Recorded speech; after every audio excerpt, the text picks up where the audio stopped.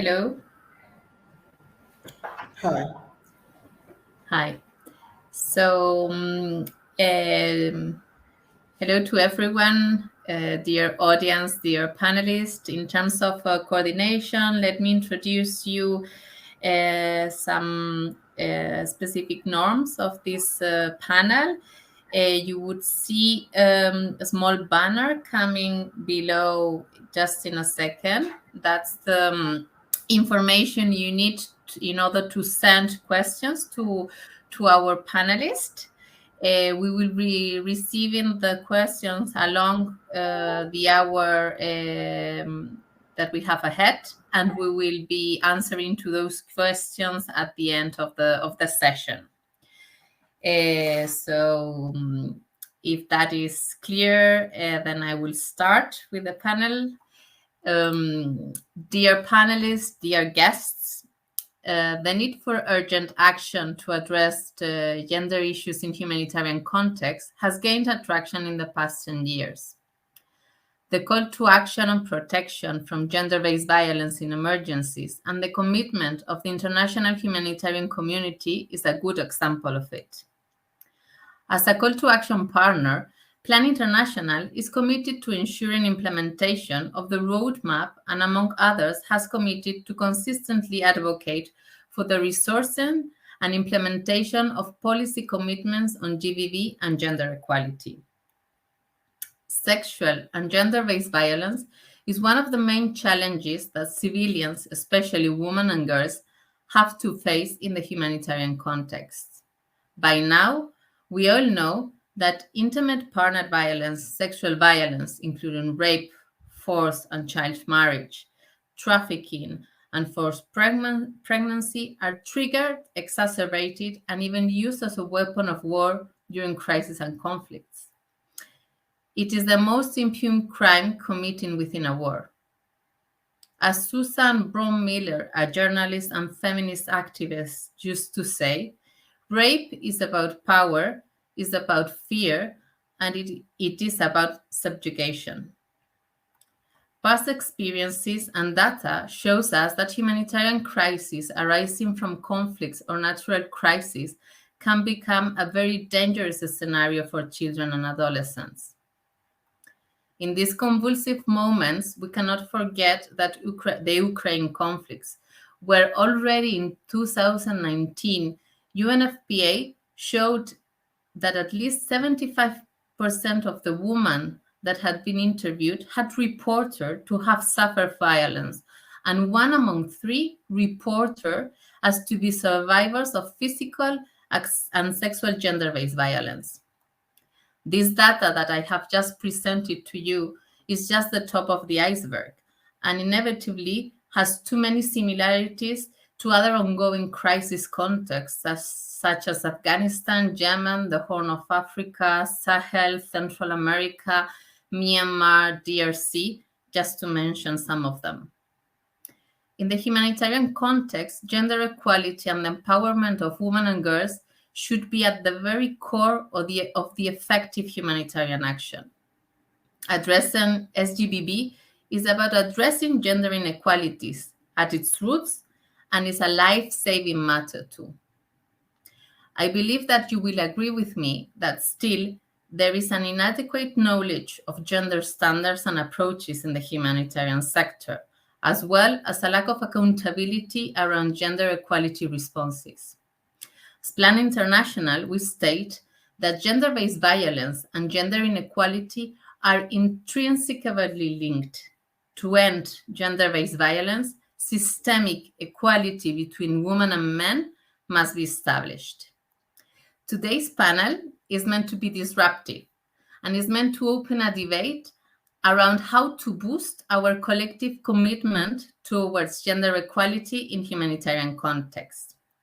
In this sense, we are willing to put on the table the challenges, the good practices, and the lessons learned from our colleagues in the Sahel and Sudan, as well as the experience of the Spanish Humanitarian Action Office via their programmatic and financial shift that evidences a strong political will to tackle gender equality and SGBV in the humanitarian responses. Before introducing you to our dearest panelist, let me send out some questions for our audience. Is there an urgent need for a stronger commitment in the humanitarian action? Is the call to action enough to assure this commitment? Should a standalone gender cluster at the same time as mainstreaming gender in all the other clusters could respond to this commitment? And now, please let me introduce you to our panelists. On the one hand, we have Elena Bravo Tabernet. She's graduated in law from the Complutense University of Madrid with a specialty in legal community. She has been a member of the diplomatic career since 2008, and since then she has covered different positions in the International Legal Department of the Ministry of Foreign Affairs, the Spanish Corporation, as well as the Spanish Embassy in different countries. In 2020, she joins the Humanitarian Action Office of the Spanish Agency Corporation, and she's the head of Prevention and Evaluation Unit. Hello, Elena. Welcome. Kobo Esul is Plan International Lake Child Protection Specialist supporting Nigeria, Niger, and Cameroon. He started supporting the Lake Chad Basin region in January 2021 until now. Kobo has more than 10 years experience in child protection, gender, case management, and community-based programming. Kobo holds 2 master's degrees in management and development of projects and in management of crisis and humanitarian action. Welcome, Kobo. Thank you for being here with us. Naila Bushora, hope I pronounced that correctly. She's the head of influencing and gender at Plan International Sudan, and she has over 20 years experience in leading and implementing high-quality humanitarian and development programs in Sudan.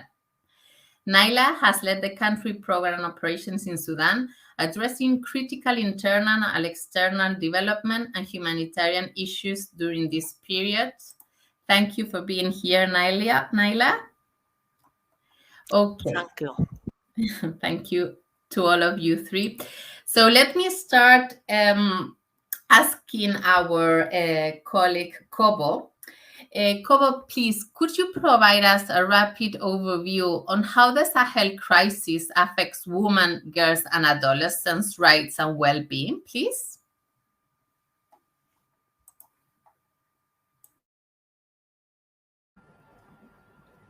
Thank you, Aliza, for giving me the floor. Hello, everyone. It's nice to meet you all. In relation to your question on the impact of Sahel crisis on women, girls, and adolescents in terms of their rights and well-being, I just have to point out that the impact is at several levels.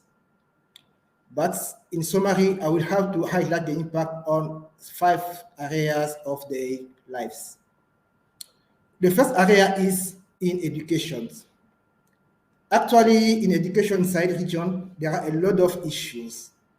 School closure, insecurity, distance, the fact that school is not perceived as a priority, the nomadic lifestyle that doesn't allow children to attend school regularly for some, and the lack of means to pay school fees limit the schooling of 30% of IDP children, boys and girls between the age of 6 up to 12. We do also have issues related to early marriage and the low value placed on girl educations that further limits their opportunities. For instance, in Maidarumfa in Maradi, 44.4% of IDP households report having girls aged from 6 up to 12 who had never been to school. It is the same in Tilaberi, where we do have the higher proportion of girls who have never been to school, about 70%. The second area I want to present is on protection. You know, actually, in IDP communities, women and girls avoid certain places. Nearly 70% of women report being afraid to collect firewood, and nearly 24% of them says they avoid market for their safety. While basic gender-based violence mitigation measures and sanitation facilities remain insufficient. What I could also add as protection impact is that girl development is hampered by the restrictive norms and attitude of the families and communities. So it's important also to have a look on that. We do also have 29% of IDP households report having experienced psychological violence, and 23% of households report having experienced physical violence. The third area is food securities. Food insecurity is really affecting people's health and nutritional well-being and their ability to engage in income-generating activities now in Sahel regions. Approximately 2 million of children under the age of 5 and 161,834 pregnant and lactating women were malnourished last year, 2021. The fourth area is youth economic empowerment. For instance, in the Walam region, in the Walam refugee camp, there is a lack of economic activities for refugee girls and women as there are restrictions of movement in and out of the camp. Internally displaced people travel to the city every day to look for work, for instance, by working in private homes. This is the situation now. The last area I want to present is about coping mechanism. Actually, in order to cope with the many challenges caused by the crisis, women and girls develop coping strategies. Some of them have results to working in private homes to obtain income or food for their families, while others sell food to our particularly in the road. This is the key situation now in the Sahel region. Thank you. Over to you, Aliza.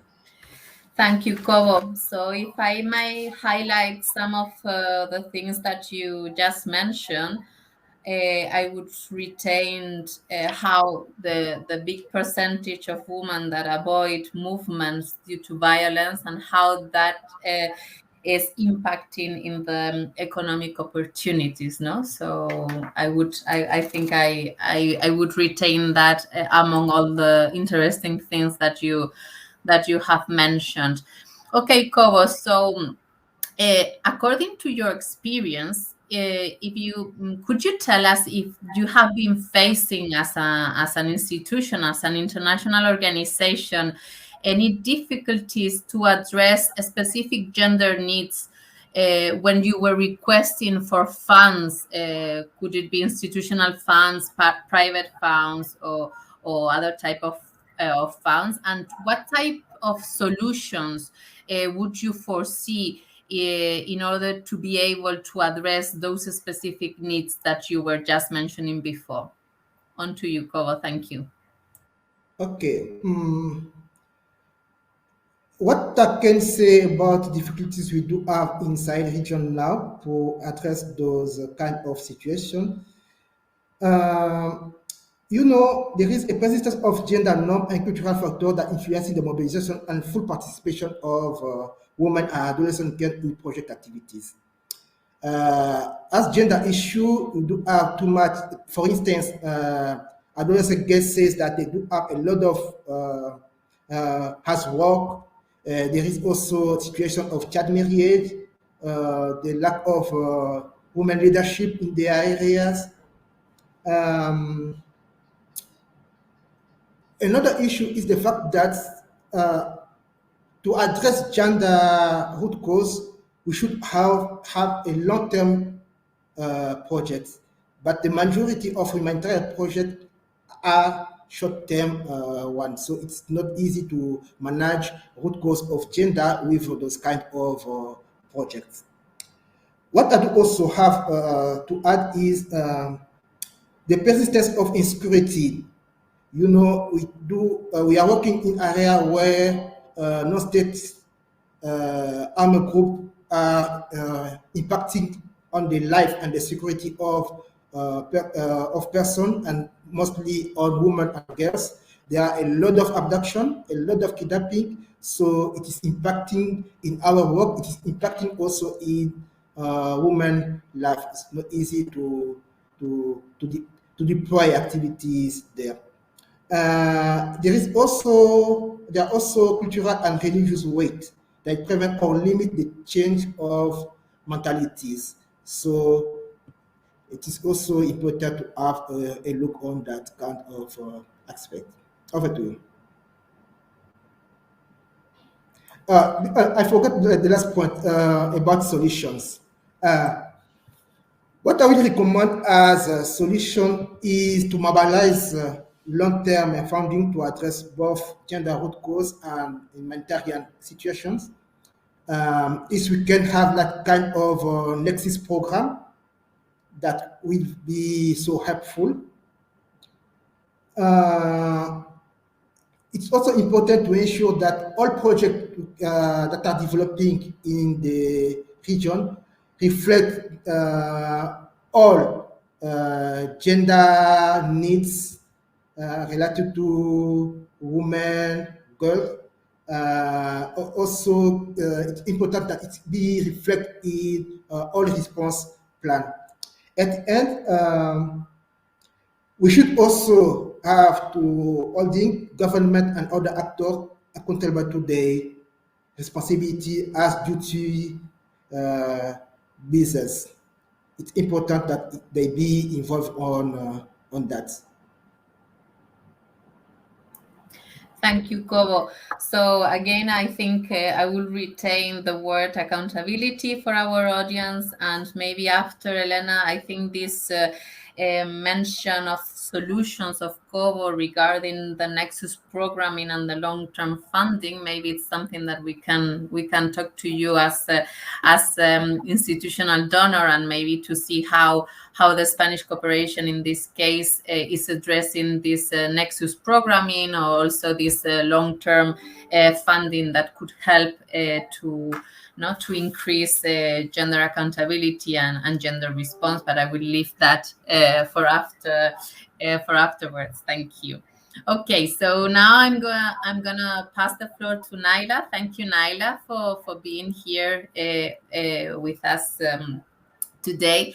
So in the same in the sense of what I was asking Kovo before, I don't know if you could provide us a rapid overview on how the crisis in Sudan is affecting women, girls, and adolescents rights and well-being. This would be the same question as Kovo, but I think it's really going to be very interesting to hear what is the situation in Sudan. Please go ahead. And Spanish NO for giving actually us this opportunity to be part of this conversation. Actually, to respond to this question, let me give you like the wider picture about Sudan as a crisis-born actually country. As you know, Sudan had suffered for more than 6 decades of crisis resulted from conflict, floods, political instability. As you all know, these days Sudan is in crossroads, economic degradation, drought, food insecurity. So this all actually had its dark shadow on girls and women in Sudan. And actually, girls and women in Sudan, they are really facing, as a current ever increasing risk of going out of school, malnutrition, lack of resources or opportunity to resources, plus also sexual and gender-based violence. And this actually is resulted from the combination, as I said, from the conflict as well as the ongoing instability and deepening actually political and economic crisis. And going actually to the most critical violation for girls and women in Sudan, which had been caused by conflict, is the sexual and gender-based violence. And based on the situation actually now in Sudan, we have more than 14 million people who had been affected, and they are in critical need for humanitarian assistance. And you know, from them, like 9.1 million, they are in need of threatening related physical and mental health. Zooming to the sexual and gender based violence, actually based on the recent and 2022 actually situation analysis, there are about 2.9 million people who are in need for gender based violence prevention and response and mitigation measures. And from these, actually, if we talk about the reported cases regarding gender based violence, actually, girls and women represent 90% from them. So the situation actually is very critical. Yes, the conflict and the crisis affected girls' education, affected malnutrition, as I said, but the most critical violation, it is related to the sexual and gender-based violence in Sudan. Going to the forms that existing actually, we have rape actually, we have sexual assault, we have sexual discrimination, as well as we have other actually social norms and cultural based violence, which is female genital cutting and mutilation, plus also child early and forced marriage. We consider them also as one of the critical gender-based violence in Sudan. So based on that, actually,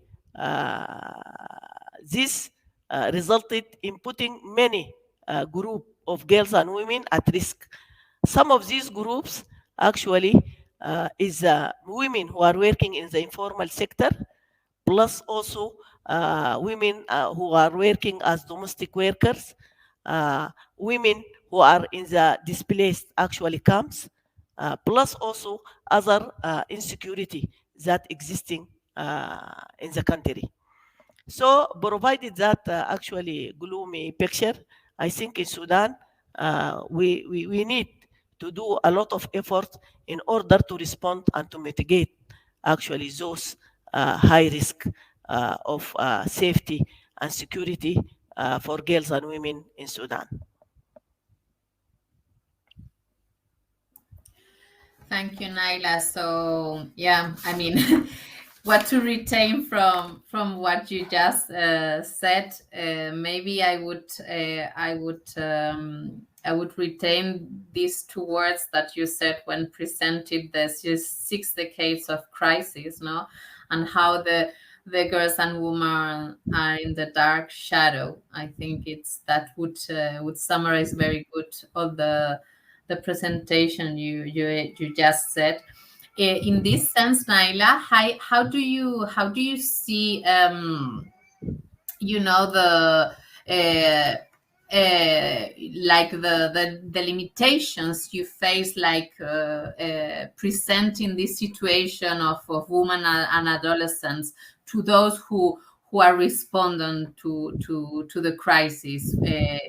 How do you see this this reflection of the reality into the humanitarian response planning? How do you see the funding addressing this gender-based violence that you and sexual gender-based violence you just presented? Can you tell us a little bit about that, please? Yeah, actually, despite the gloomy, situation and the gloomy picture, Plan International Sudan, along with other actors, UNIPA, WHO, UNICEF, plus actually working with some government represented like the National Council of Child Welfare, and also there is a Directorate for Combating Violence Against Women.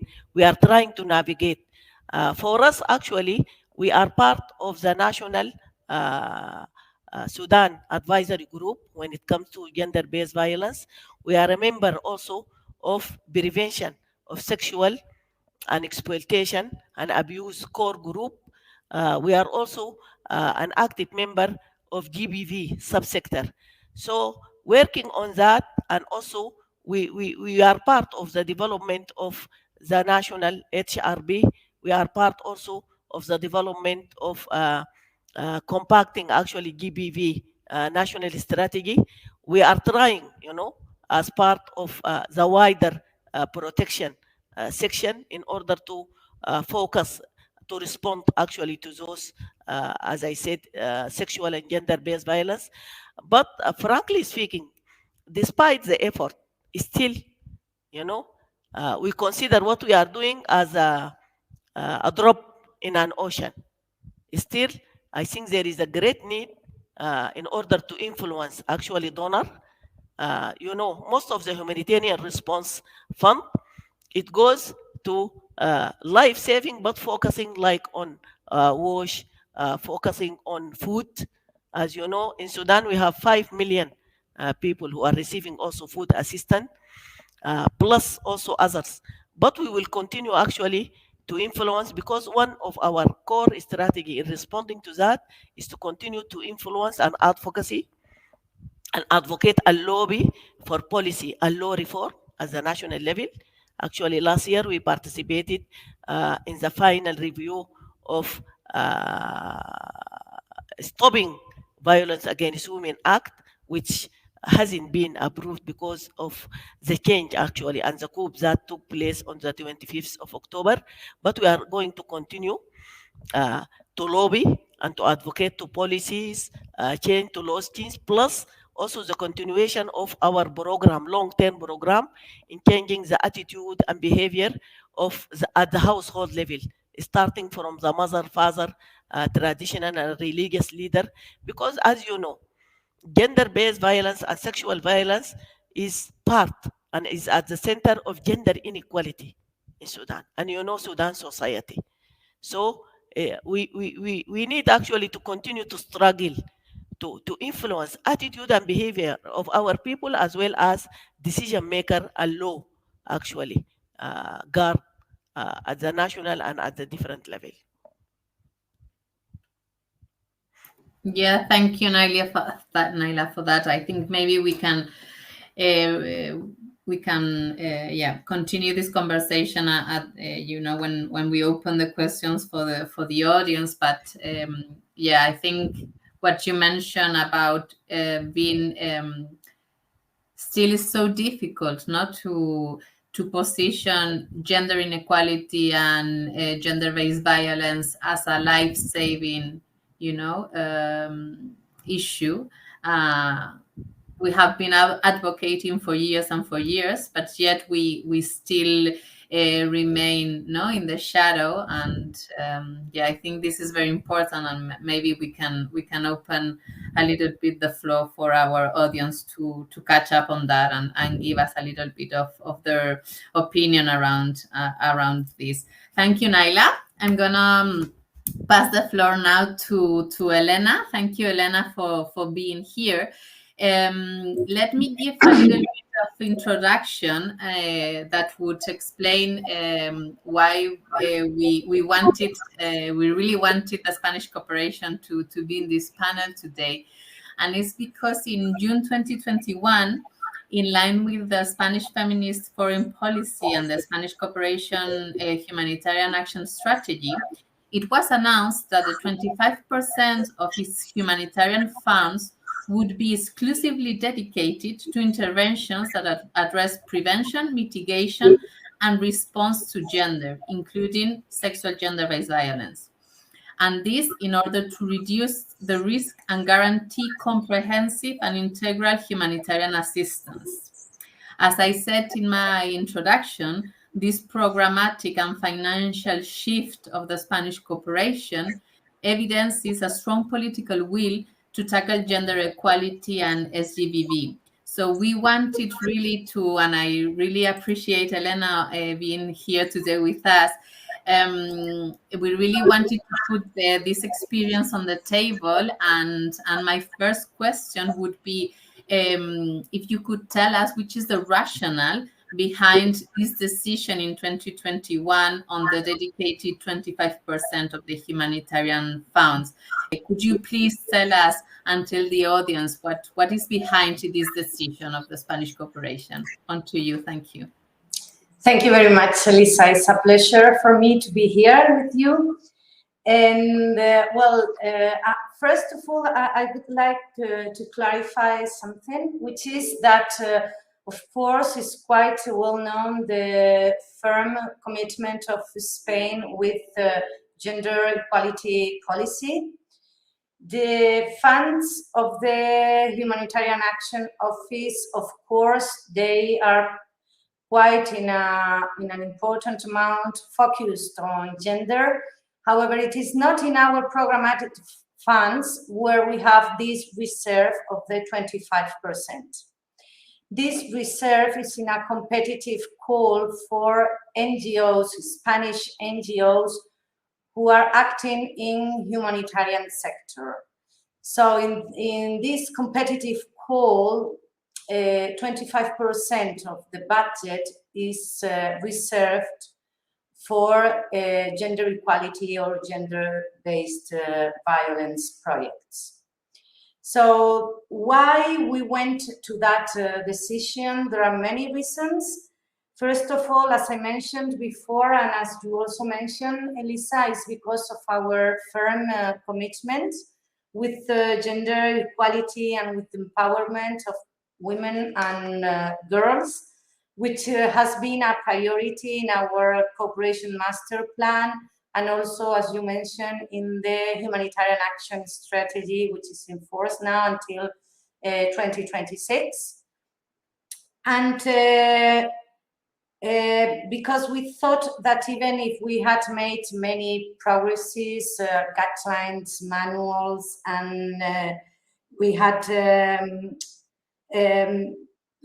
already started our path towards policy in gender equality, we considered we should do something else.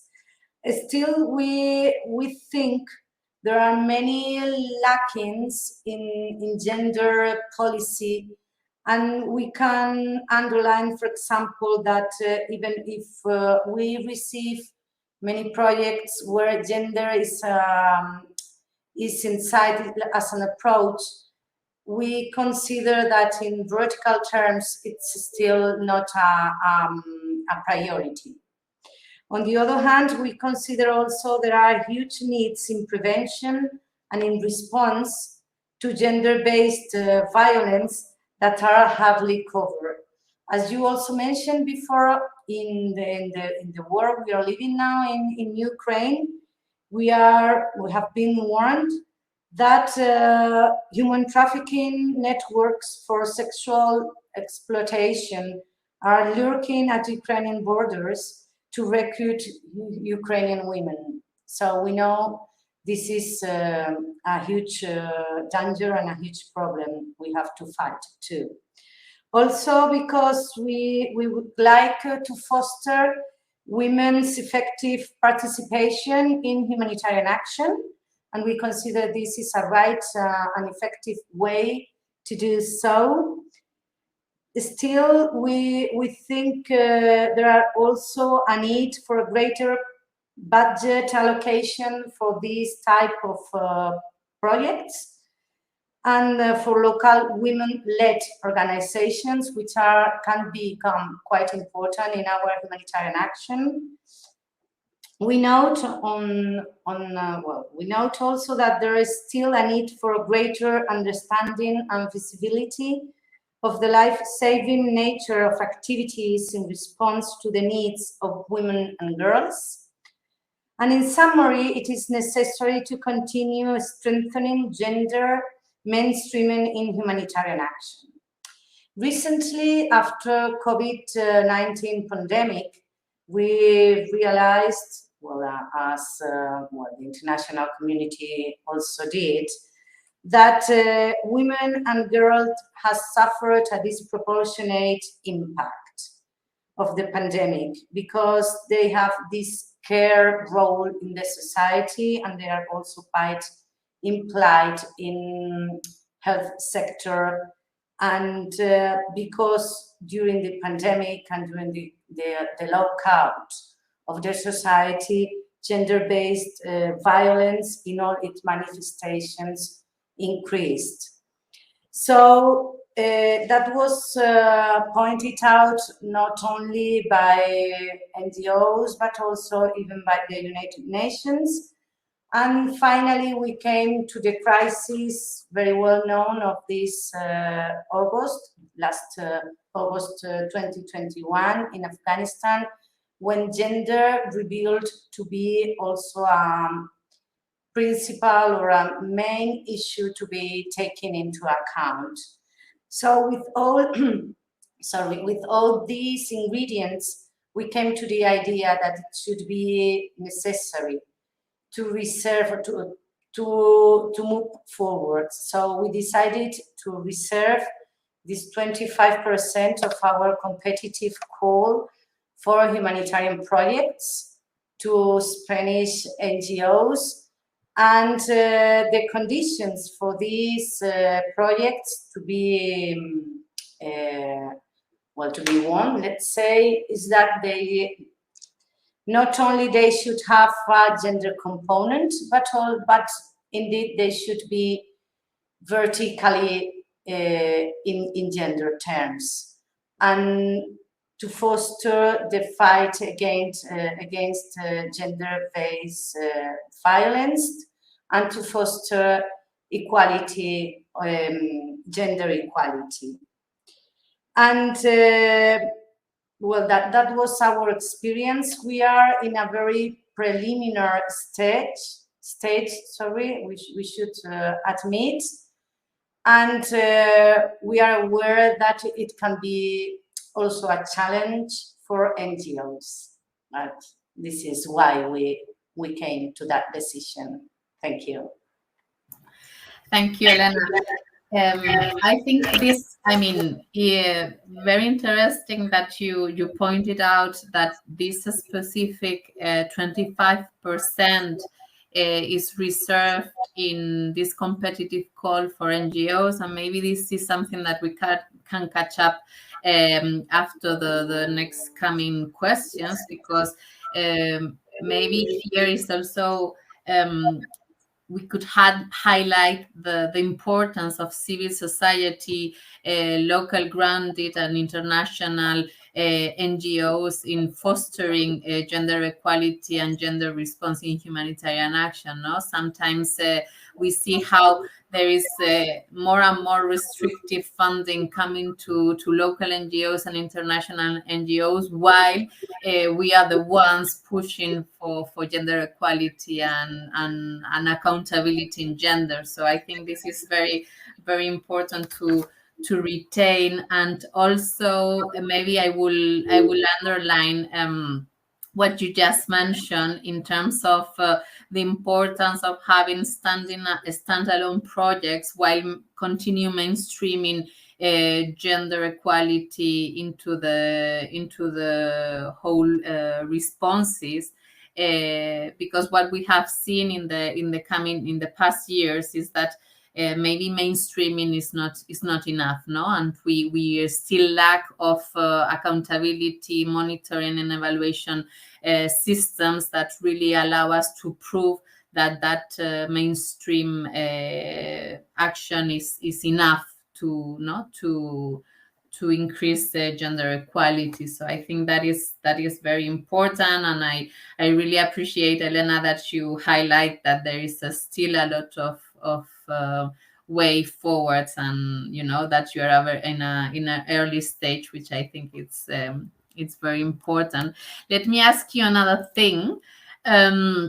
So could you please tell us, even if this is very recent, because as we said before, this is something that came in 2021, but can you tell us a little bit on how these funds have been already used? Is there any region or crisis in particular where these Spanish NGOs were able to present a specific gender equality projects or SGBB projects. And yeah, and could you tell us a little bit more of what were the needs that specifically were addressed in those type of projects? Thank you.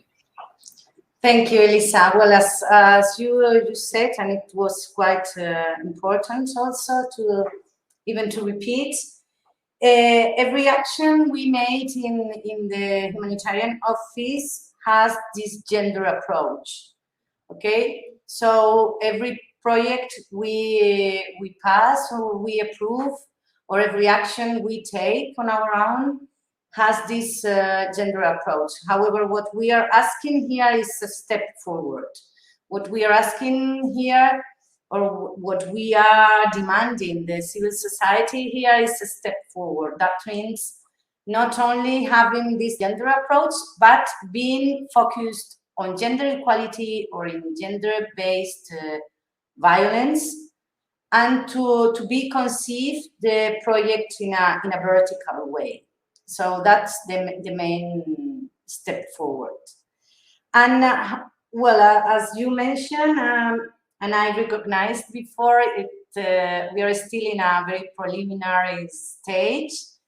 It's not a year when we passed the first time this competitive call with this 25 of the gender reserve, let's call that way.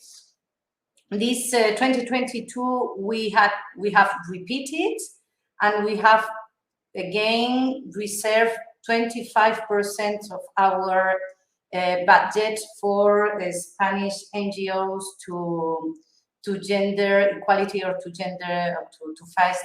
fight against gender-based violence. And what our experience on last year? Well, we are aware that for NGOs it can be a challenge, and it cannot, perhaps it can be, let's say, complex to move from this gender approach to a vertical gender project. And to be honest, we receive not a lot of demands for these 25 of the reserve. However, we were lucky enough to put in practice and to pass some of them. And concerning a geographical point of view, many of them were focused in Sahel, which is quite a logical proposal, because gender-based violence in this region with refugees and displaced people is a very concerning problem. But we also had another scenario, for example, in Palestine. Concerning Sahel, for example, we passed or we approved a project in Niger to protect displaced person or displaced women and the host population in Tillaberi, contributing to access to quality gender-based violence services. And for example, in Nigeria, in northeast Nigeria, probably you know, Elisa, we approved a project concerning education in emergencies to ensure girls access to education in a quality education. And for example, we also have out of Sahel a project in Palestine, which is focused in protection and resilience mechanisms for survivors of gender-based violence, which is, as you may know, quite an important one. But to put it in a nutshell, we must admit that we are in a very preliminary stage. We are aware that it can be a challenge for NGOs to program in this sense, in these vertical conceived projects of gender equality or gender-based violence. However, we reckon that we should continue in this path. So we are really happy to have in process, still in progress, sorry, the call, the competitive call of this year, 2022, and to have this reserve again. Thank you. Thank you, Elena. As hat having my hat as a international NGO, Spanish international NGO, I think we need to take that challenge, and we need to prove that it's possible. But yeah, I feel very proud that my country and my agency take so seriously gender equality and SGBV as a core priority. And yeah, I think NGOs will be yeah, we will get that challenge, and we will be responding to that. So thank you for the panelists. This was the very first part. We still have 15 minutes to go, and I was thinking to open now. This has to be like a debate among the four of us, and maybe we can also start receiving the questions from the audience.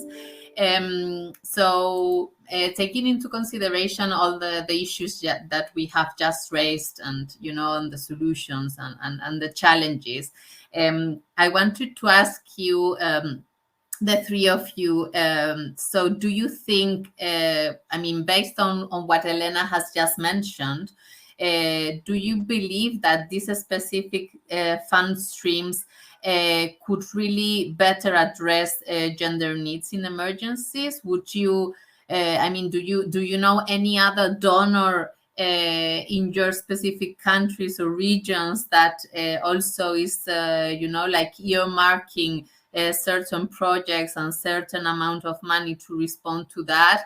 I don't know.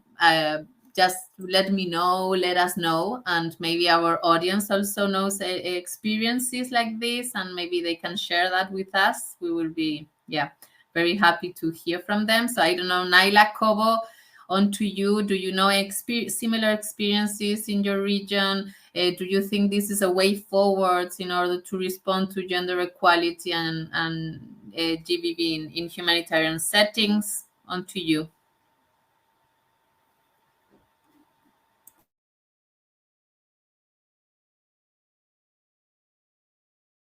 Kobo, I think you're on mute. Yeah. Okay, so sorry for that. Yeah, it's particularly important to develop, to have a support for developing appropriate strategy and also appropriate approach as Ina said, for having projects that really match with context, match with realities that we have here in Niger. This kind of harm fund will be so helpful for developing appropriate gender context and contextualize those approach.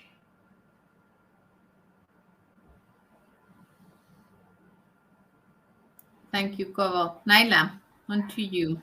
Actually, thank you very much. Thank you, Elena.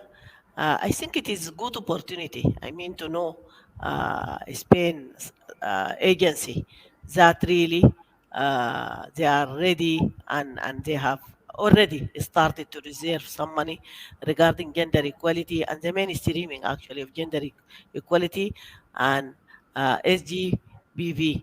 I think that is good opportunity for us. In Sudan, actually, most of the fund that we receive is from UN agencies related to the gender-based violence, and even our current, even recently developed project from with ECHO.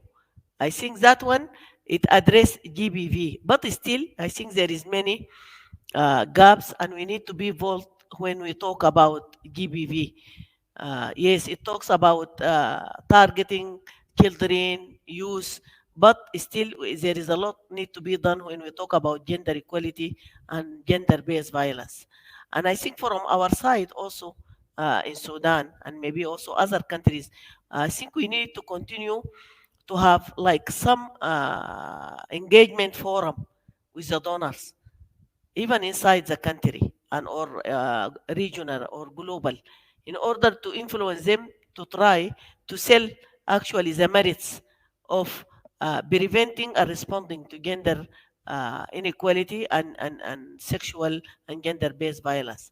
Because if we share with them the merits and how even it can contribute to the change, to the conflict even reduction, to the discrimination, to all other right violation, I'm sure that they will buy in with us. I think we need to continue our influencing and advocacy in order to attract more donors.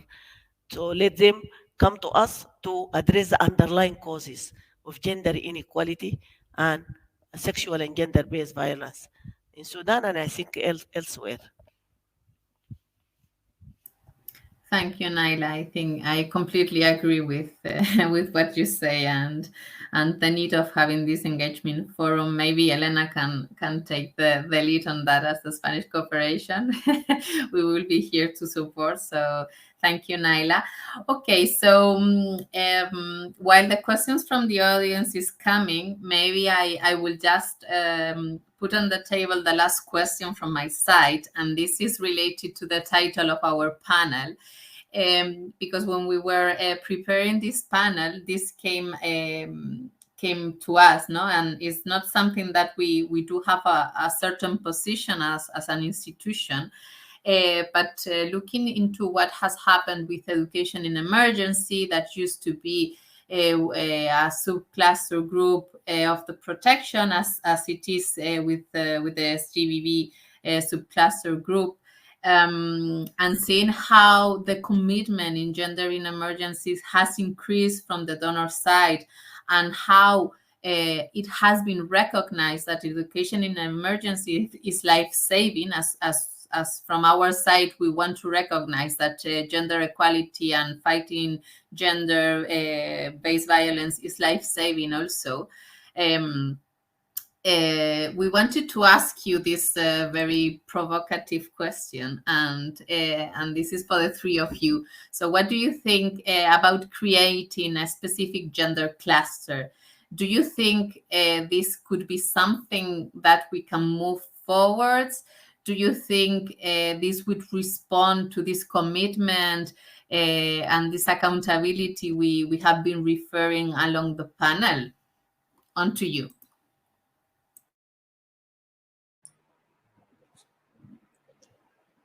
Thank you. Well, if I can jump in, well, for sure, to create a cluster on gender would have positive effects. Just to mention, but some of them, we could say that it should be, well, that if we create that cluster, so gender would be positioned in the decision makings and spaces, sorry, and also it would be placed in the humanitarian agenda of the international community in a permanent way. And it will bring a broader understanding of the needs of women and girls in humanitarian settings. We will promote more coordination in this sector, and we perhaps will be promoting the monitoring, the evaluation, and the accountability you mentioned before. So indeed, the benefits of creating a cluster are undeniable. However, the point is how to do it, and what to foster and what to encourage to create it, and how to lead this probable potential new cluster, and being in a preliminary step on our moving forward on gender policy. it needs advocacy, and it needs also activism, let's say. Well, thank you. Thank you very much, Elena. I don't know, Naila Kobo, would you want to answer that too? Go ahead. Yes, actually, from my side, I see, yes, we are doing some work. I mean, with the support of UNIPA. Even recently in Sudan, there is some initiative from Sudan Humanitarian Fund towards GBV. Uh, but the problem also, all this, fund is a small amount, is limited. And I think that also is related to the uh, location and status of GBV as subsector. But I think if we change it to the gender and GBV, because for me, GBV is at the center of the gender inequality. So it is one of the symptoms of the misbehavior, toward gender inequality.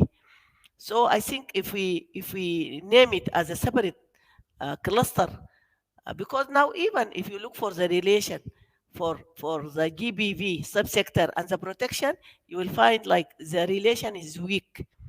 So each group, they are working in different direction, and even if there is some voices to bring them together, each one look to the other side of the road. But I think if you go that direction, and as Elena said, that with some advocacy influencing clear, actually, direction and strategy approaches, I think we will succeed to influence donor. And we will make actually a big difference when it comes to programming projects, even the impact. I think we will push hard to prevent actually and to respond to gender inequality as well as gender-based and sexual-based violence. Thank you, Naila. I can't agree more with you. I think, yeah, I mean, maybe one of the things that we can take out of this panel could be, making this proposition of having a cluster, a tentative gender cluster in the system for 1 year, and then seeing how far we get with that, and what are the good things we got from that cluster, and that could be the basis for showing the other clusters that this cluster is needed.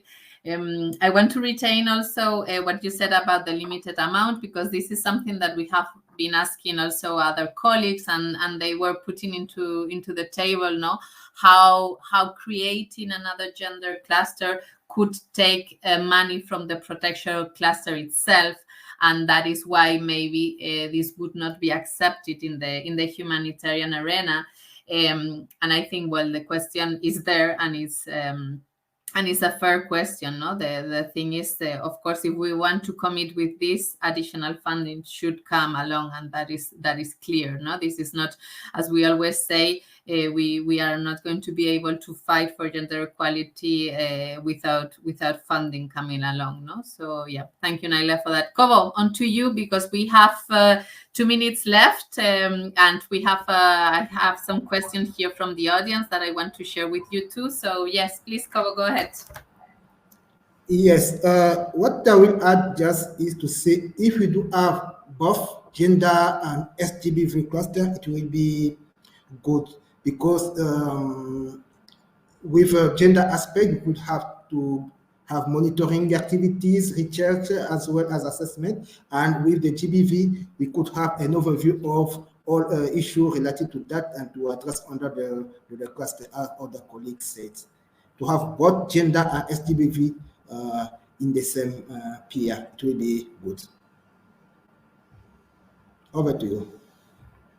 Thank you, Kobo. So just to end the session, I think we already did the wrap up. And again, I really thank you, the three of you, for being today. It has been very, very interesting. We have the audience that is, I'm gonna just pick one of the questions because we do not have time. They are asking if you can tell us a good experience or best practice about the participation of adolescent girls in humanitarian projects that you implement. A good experience that you can share with the audience just in 2 seconds.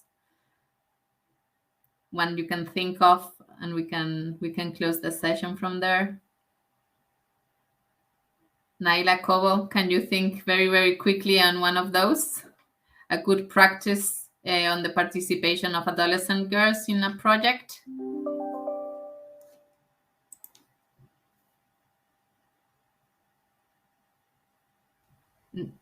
What about inviting Hawa?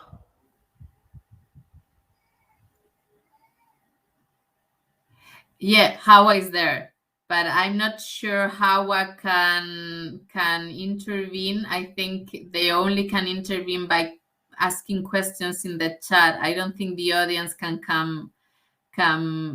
Yeah.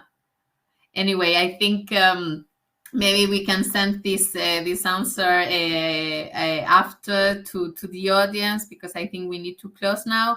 It's 5 p.m. and we need to close the session.